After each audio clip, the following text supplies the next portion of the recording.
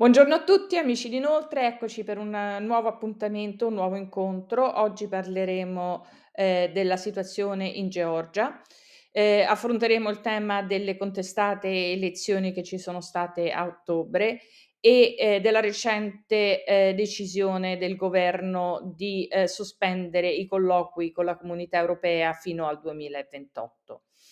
Abbiamo con noi ospite Marika Mikiashvili, docente di relazioni internazionali all'Università di Tbilisi, che ci aiuterà a fare il punto della situazione. Prima di passare con l'intervista, vi ricordiamo che se volete sostenerci potete farlo cliccando al link nella descrizione del video. Hi Marika. Hello, Alessandra. Hello. Thank you for being with us today and help us understanding what is happening in Georgia at the moment. So, should we start with you telling us about what's the public sentiment? Thank you very much for inviting me. Yes, well, yesterday when this, what we deeply consider illegitimate and unconstitutional government declared that Georgia is halting US session process until 2028, and that we are also refusing all funds, grants and loans until 2028. Spontaneously, people began protesting. So just as the statement was out, people began gathering at various locations in Tbilisi, the capital. The most natural location for protests in Tbilisi is always the parliament. Some also gathered at the Georgian Dream, the ruling party headquarters, where they were still after the statement, and somewhere at the presidential palace to because there was an extraordinary gathering of foreign embassies by the presidents, and some people wanted to show their positions also to the embassies that would be departing. It's as you already explained really well, this entire month we've been in the process of blatantly rigged elections, total fraud. No one in Georgia doubts that these elections have been stolen, not even the Georgian Dream supporters. But most of them are feeling, yes, good that we rigged elections. However, the protests after rigged elections were not as energetic as it should have been, and there are various psychological reasons to it. As you remember, in spring there was this Russian law or foreign agents law protest, where Georgians protested for around 8 weeks in unprecedented numbers and unprecedented methods, and then we only went home to refocus on elections. But anyway, so it was a big shock and disappointment for people, and people were in shock, confusion, exhaustion, just as the government expected people to be, because in late April, that is what the ruling oligarch of the country said, that they would be tiring us out. So I don't know why they announced this decision to halt a session with the European Union yesterday. There can be speculation, of course. One reason is that maybe they didn't think that we were able to energize protest right now at all. Maybe another is to the opposite, that they want to crack down on us quickly and crush us quickly, and that's it. However, I do not see why that would be necessary, because it is in their best interest to just let the protest wither and to continue with establishing full dictatorship without this obvious dramaturgy of events, without these obvious crackdowns and stuff. So they fueled this new wave of protest themselves. And it's not just the yes, of course, this is the major trigger, the halting of EU accession, but it is the first bomb that exploded after people are already more than ready to let this government go home, and the frustration over the rigged elections is also now joined with the overall frustration and everything. So it's not a single decision. This government needs to go home. Everyone knows that. We outvoted them, if not for the total fraud, where people, where the numbers that voted for them aren't even real people. It's just because I've seen that there was some numbers that came out that were published, where there were a number of towns where the voted were about 20-30% more than the people registered to vote. So there's been like literally votes that came out of nowhere that weren't even from existing people. Yes, and especially male voters, more male voters voted than they were registered. Yeah, and various schemes like this. But yesterday was extremely important because it was after the April-May protests. It was the first time that there was this really natural, palpable, even tangible sense of protest and outrage, and the people just flooded the streets on their own without any organization, without any calls for it, and it's also extremely noteworthy that it happened in other cities and towns as well, because Georgia is an extremely centralized country. Tbilisi, the capital, is a hub for everything: politics, economics, so on, and up to 40% of people live in Tbilisi, the capital. So when the protest does ever spill out to regions, it usually happens after Tbilisi. And yesterday, people were out simultaneously in 5 other cities. Of course, the numbers were much smaller, but also the population there is much smaller. So that is very noteworthy. The mood is very noteworthy. When I went to the protest yesterday, it was extremely tense. I could smell chaos coming. And usually Georgians are really very peaceful protesters. So it's not at all usual for Georgians to, I don't know, even throw eggs at the police. Even that is like a lot, and that is a lot of frustration. I'm gonna stop you. I'm gonna show some images which I believe are from yesterday protest, on how things kind of escalate.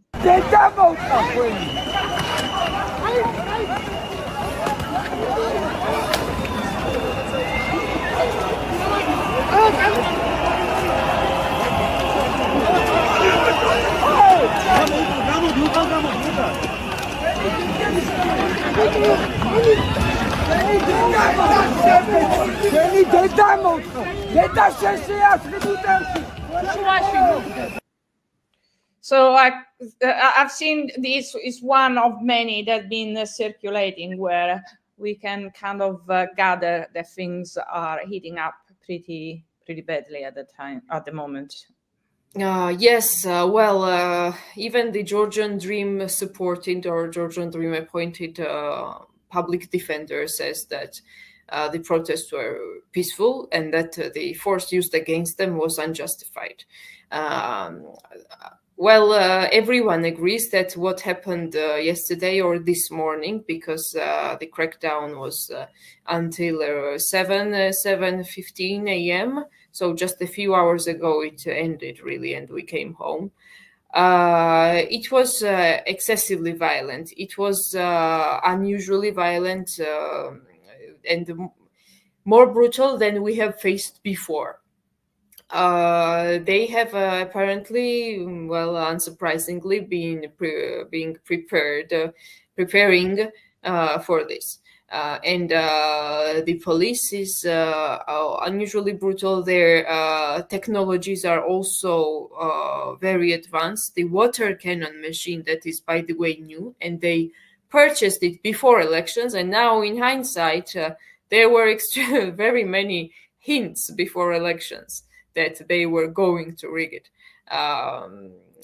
Such as they announced with pride that they purchased new water cannon machines before elections. And these new machines are apparently very forceful because it throws the water flow to unimaginable distances. But the worst part is that they mix this water cannon with pepper spray. So you are poured with water and spray, and the water and spray together are extremely dangerous and very painful. Mm-hmm. Yes, and they also use excessive tear gas, and they have drones to track down protesters that are nearby on the streets also. They beat up people individually. They go in squads after individuals who are actively resisting them. Like in Russia and in Belarus, that we see that several policemen just chase one person to arrest them out of nowhere. This morning at 7:15, it was the last assault from their part. The people were already few, and they really chased people to big distances, and even went after a couple of protesters that sheltered in a pharmacy shop. So the police ran into a pharmacy shop and started beating people there. And it was my friend who was there sheltering. And she says that if not for the media that was taking video from the outside, I think it was from the outside, then they would probably have, killed them in beating. And they are extremely violent to media representatives. There are videos where it's shown that the police is deliberately, physically knocking out critical media journalists and so on. They are also not allowing you to take videos of people getting arrested. So in online media journalists and others, just simple citizens, whenever they put up a mobile phone to take arrests, they just with their hands throw down their mobile phones.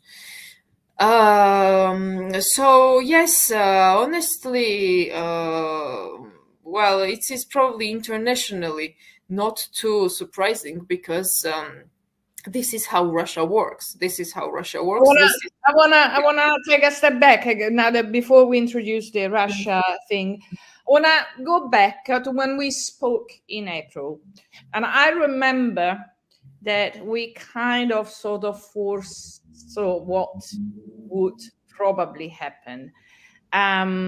We knew at the time there were discussions about the foreign agents law. There were those demonstrations, and we talked about how much the Georgian scenario looked like Ukraine in 2014 and Euromaidan. And also we talk about Belarus. Now, we spoke as well how pretty much Russia could not allow for Georgia to slip out of their sphere of influence for a number of reasons, one of which was basically the money laundering of capitals from oligarchs, which could use Georgia to go around sanctions. But there are other reasons we cannot list. So we could see that Russia would basically use its influence on Georgian dream for Georgia not to slip out of their sphere of control.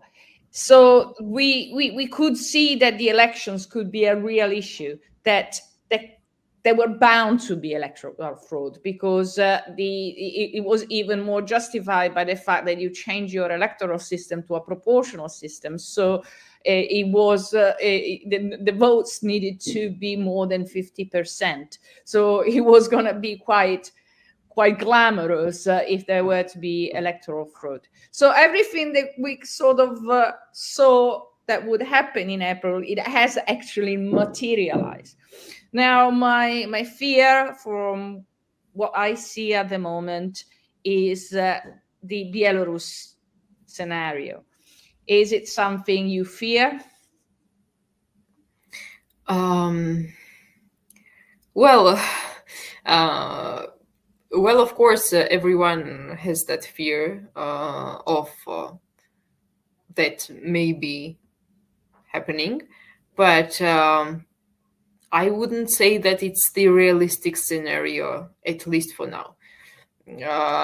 Usually I'm an eternal optimist, and to my own detriment sometimes, but also there are some differences with Belarus still. Yes, there are differences, and like, for example, although many people are unhappy with the opposition in Georgia, the opposition is, at least now, still here physically. Right. For one more month, we still have this president that is on our side. Of course, she doesn't have any powers, really, almost. But a month is a long time when the situation has peaked like this.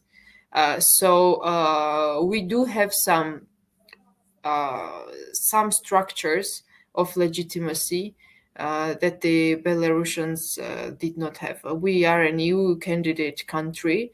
The Georgian army does not support what's happening. It is another issue whether they'll do something about it. But at least they cannot deploy them against us. Okay. Also, the violence has a big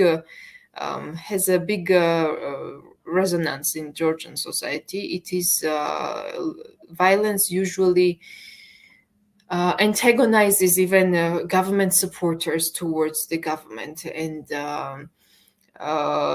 it has the potential to penetrate large layers of general society. Then that has the potential to, let's say, to organize a strike or something. For example, several universities already declared this morning that they are halting a teaching process altogether.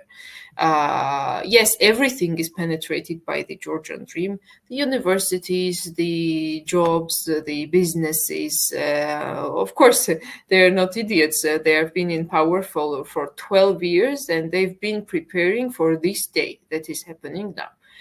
So they have penetrated everything.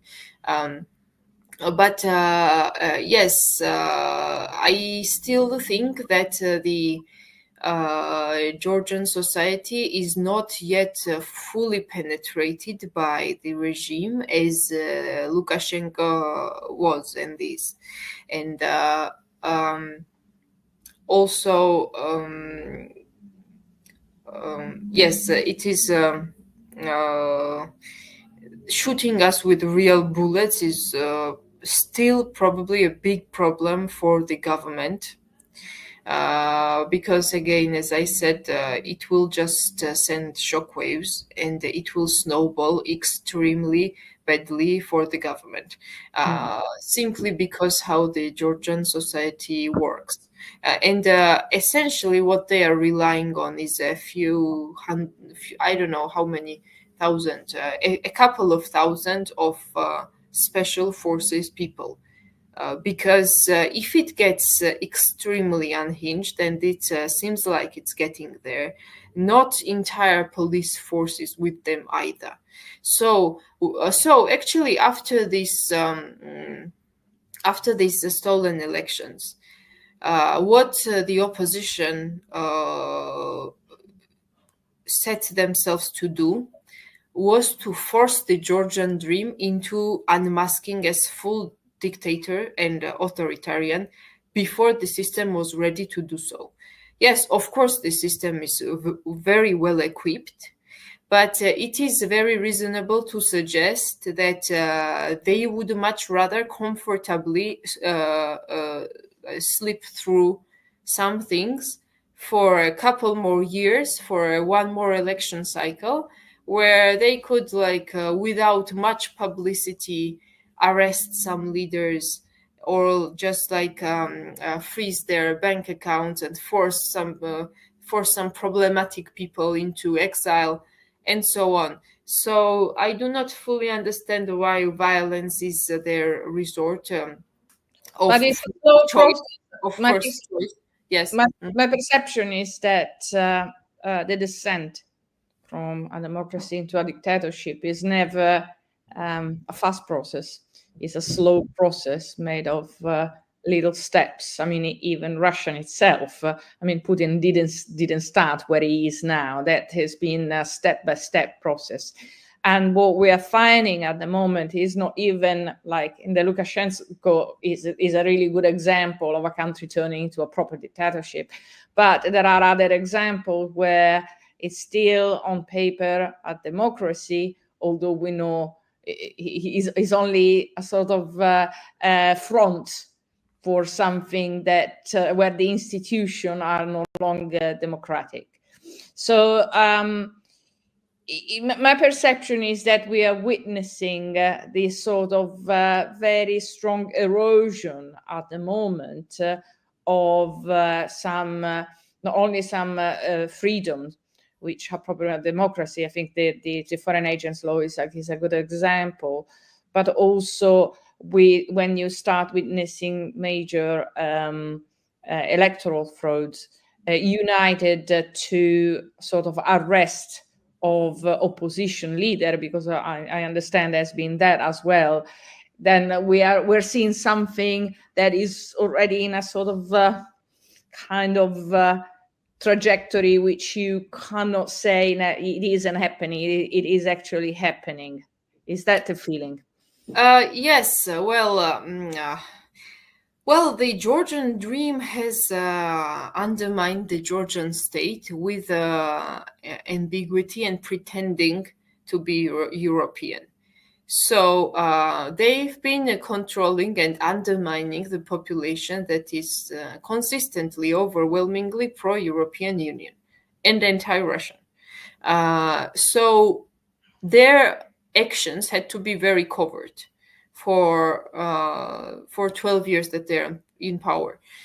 They had to accelerate pace, which caused them discomfort and problems when Russia invaded Ukraine full scale, because everything was accelerated in our part of the world, at least, right? After the full-scale war broke out.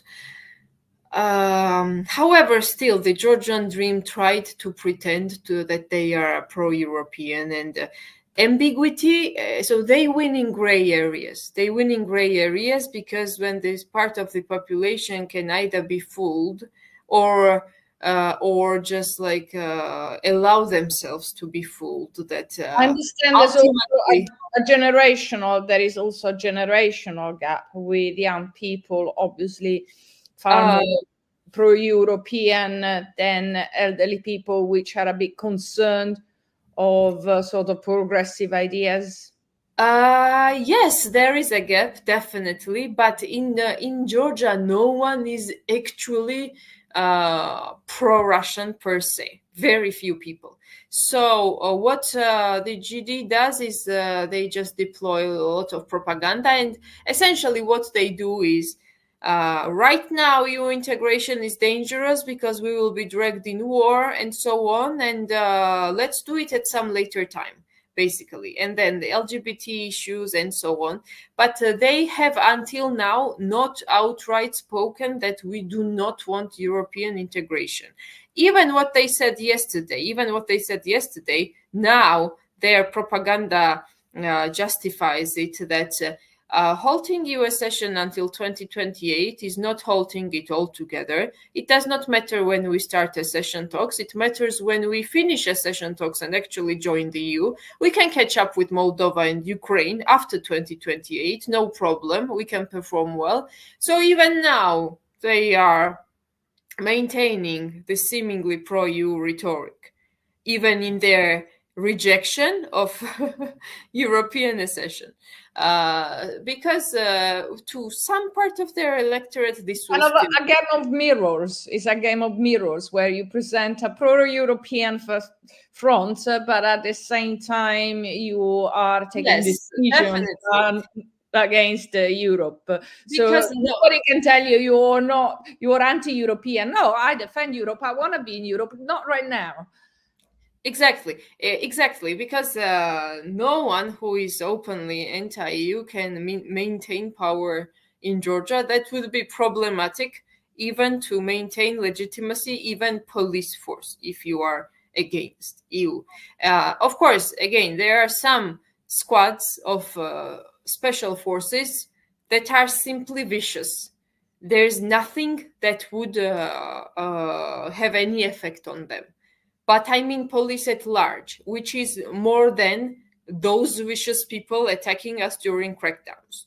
And I've always said that clarity is the main medicine against the Georgian dream. Just unmask them, just make things clear.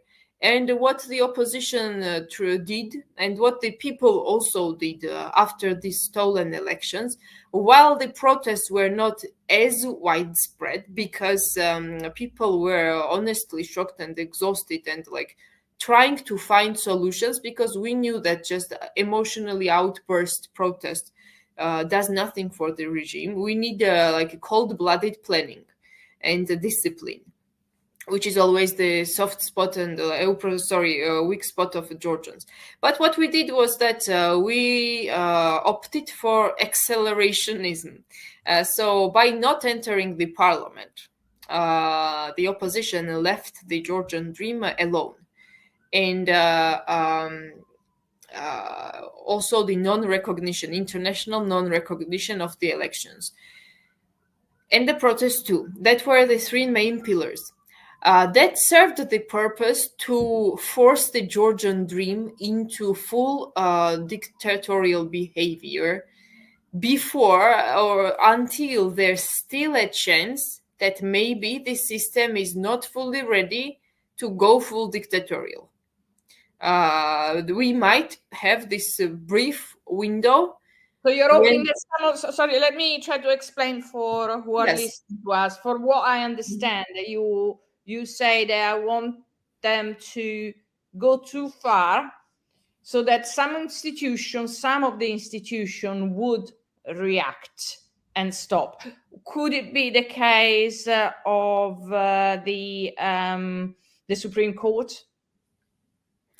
No, the courts are completely under the Georgian dream. It's not as much about the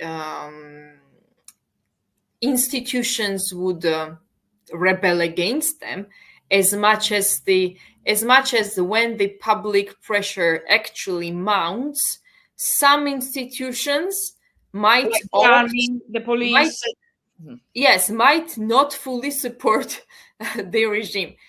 And we have this case now with the Ministry of Foreign Affairs, as we already discussed before the interview. That 44. I'll explain for who are listening to us.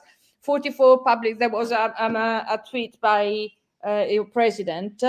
44 public servants of the Ministry of Foreign Affairs of Georgia have issued a statement denouncing today's anti-European announcement as directed against Georgia's national interest. So that's 44 of them. Yes, by now there's around 110 of them.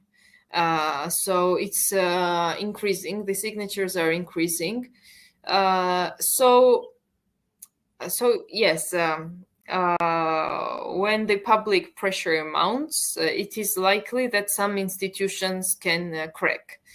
Of course, success is never guaranteed. But after a few more years, it would be even less, much less chance of success, even by the simple fact that tens of thousands of Georgians who are active citizens would emigrate. And we have seen mass emigration of people in recent years, catastrophic numbers of emigration.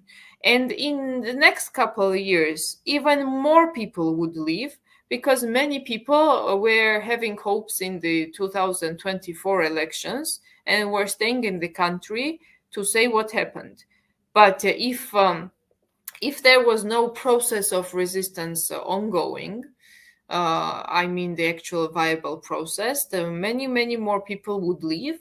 And by the next election cycle, they would have corrupted, co-opted, or exiled people.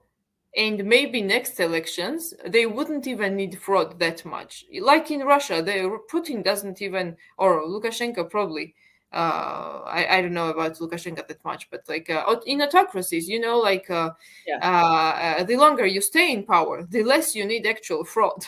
Yeah, because everyone who doesn't like it moves out. Yes. So that would probably be the case in next election cycle in 2028 in Georgia. And now that they're trying to say that, oh, we're simply halting the EU process because the EU negotiations, EU accession negotiations, just like the EU candidate status, what they're saying is has been used as blackmail to drag Georgia into war with Russia. So they're saying that first we were told that if you don't enter a war with Russia, you won't receive the candidate status. And now if you don't enter war with Russia, you don't have accession talks. And what they said is, we're not even considering accession talks for 4 more years, and you cannot blackmail us anymore. Well, I really hope that this propaganda does not work on anyone anymore, because the majority of public outvoted them already in October. And there was some statistical graphs showing that without fraud on election day proper, they had 39.5%. And now officially they have 54%. So they have 15% of fraud just on election day, on the technical fraud, like multiple voting or this gender discrepancies and stuff like that. But I remember sorry, I'll just finish. Before elections, before elections, there's pressure, manipulation, intimidation. The state has near totalitarian knowledge on everyone's vulnerabilities of the country. If somebody has a sick father, somebody cannot afford to lose the job, somebody needs to have their prison sentence lifted, and so on. So with pressure and intimidation, there's significantly more percentages that go to the Georgian dream. So their actual support is only around like 30%-ish. And even part of them want European integration. So, but I really hope that by now they will not buy the propaganda that this is essentially nothing. This is not rejecting the EU. Yeah. Sorry. No, I was saying that I remember, because on the day of the election, obviously I was following what was happening. And even before the results actually came out, there were literally tens and tens of videos going around of what was happening on the voting polling stations.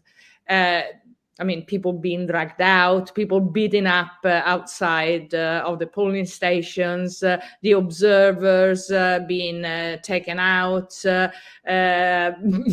fightings outside the polling station. It wasn't really the kind of environment where you say, well, actually, are regular.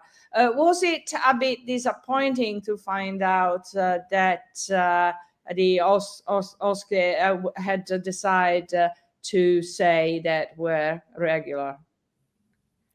Actually, the OSCE did not really say that it's regular. They had quite... They didn't say it was irregular. They kind of didn't say much.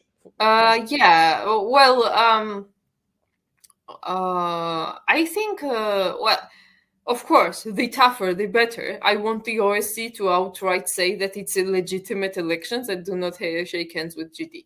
And I suppose their initial press conference definitely could be tougher, because at the end of it, they even said the authorities elected yesterday, which was a complete disaster. But the OSCE report per se actually is sufficient grounds for the elections to be politically deemed illegitimate by the governments of the world. It's a political decision. I suppose if one has the willingness to go through with it, the OSCE report can definitely help them. It was a controversial report because actually it says, well, we cannot really say, however, this yes, and that happened. So it was like saying, okay, but if this and that happened, how can you not say it was regular?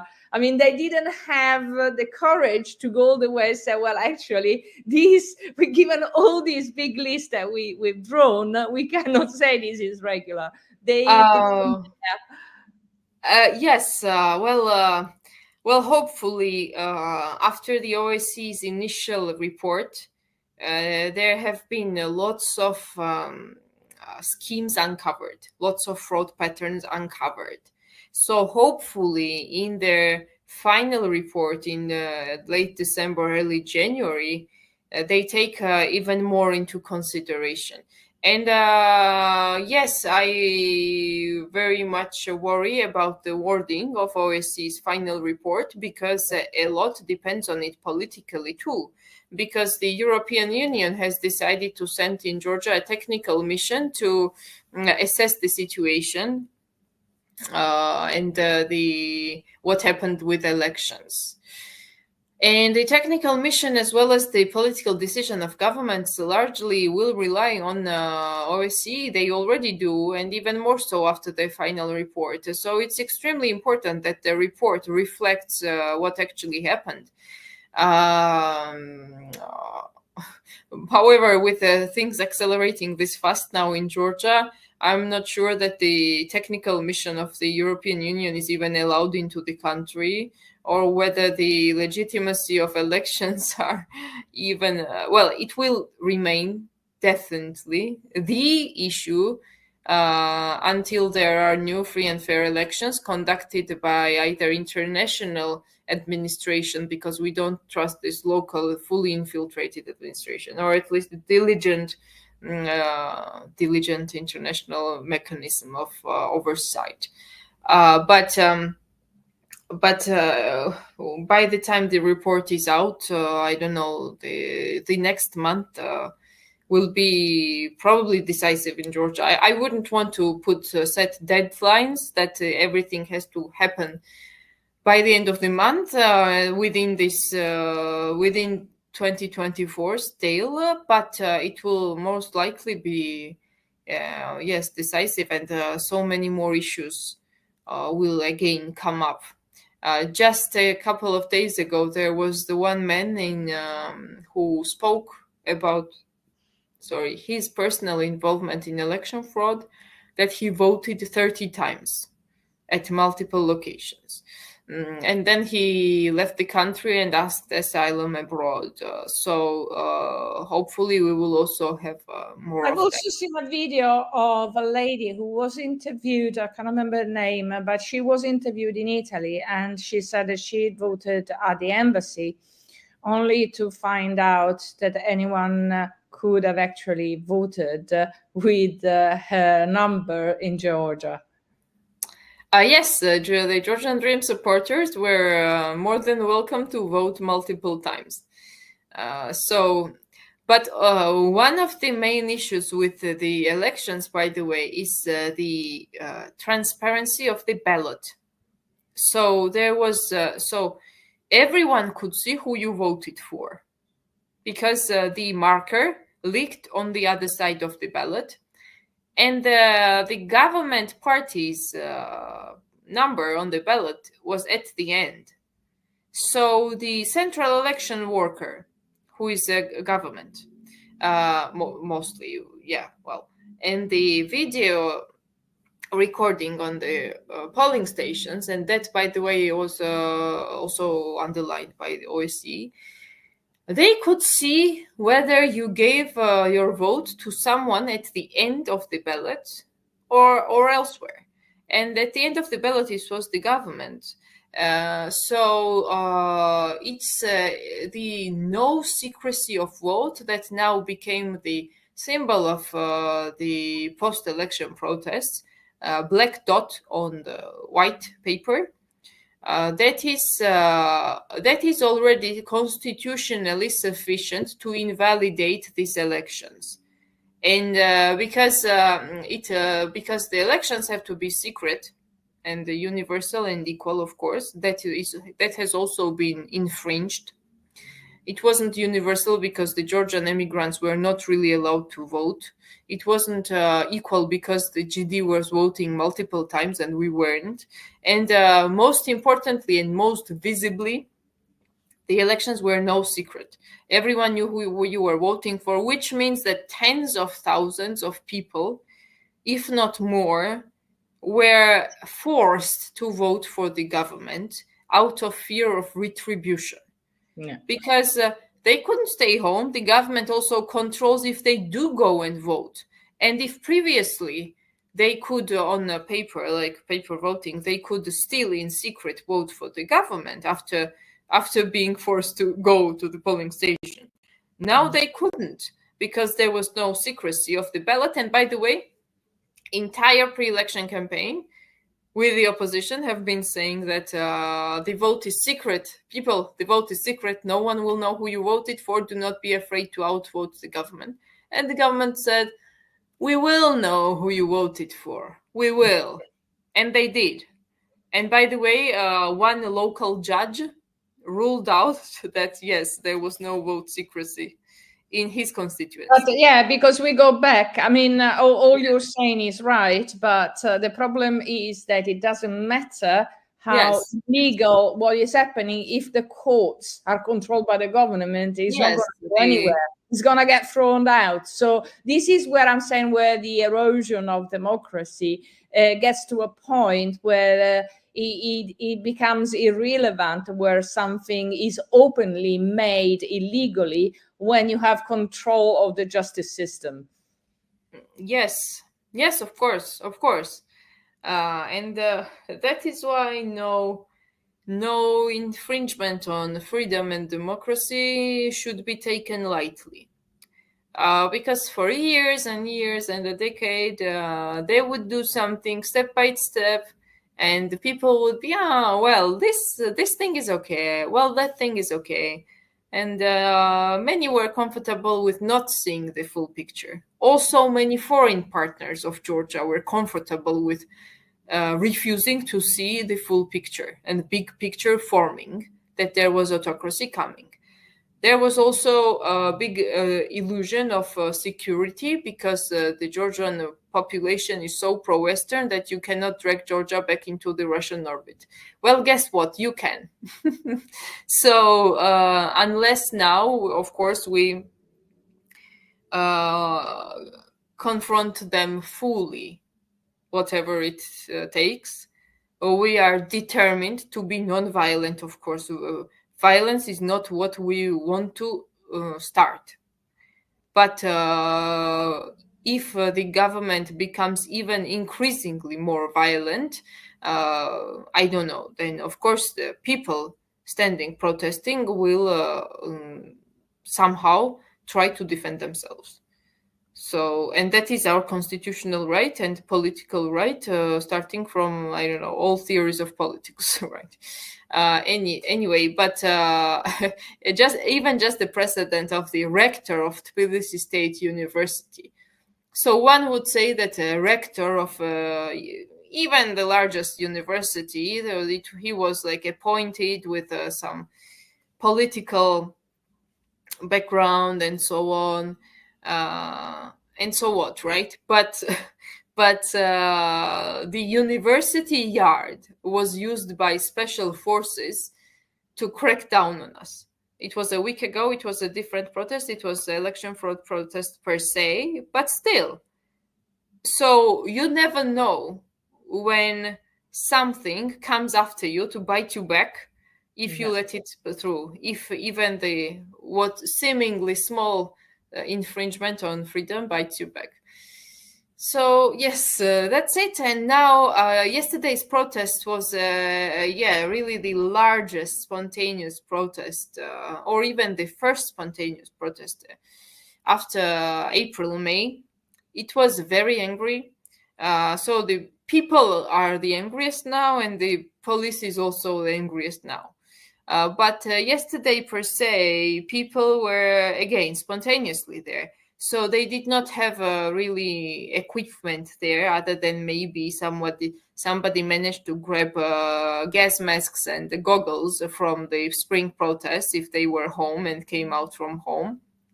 But when protests continue, and logically they have to be even larger and even angrier this evening, I suppose people will have something at their hands: eggs, paints, and other non-violent resistance methods like that. Yeah, and probably the battle with the police will, get uglier. Thank you very much, Marika. I really appreciate your intervention. And let's hope that things can be somehow resolved in a good direction rather than a bad direction. Thank you very much. Well, yes, I do believe in victory. I do, because yes, we are not quite there yet. We are not at the point when we cannot beat the system. So if we mobilize enough, I believe that we can defeat them, and hopefully we do. Thank you. Thank you very much. Thank you very much. Thank you so much.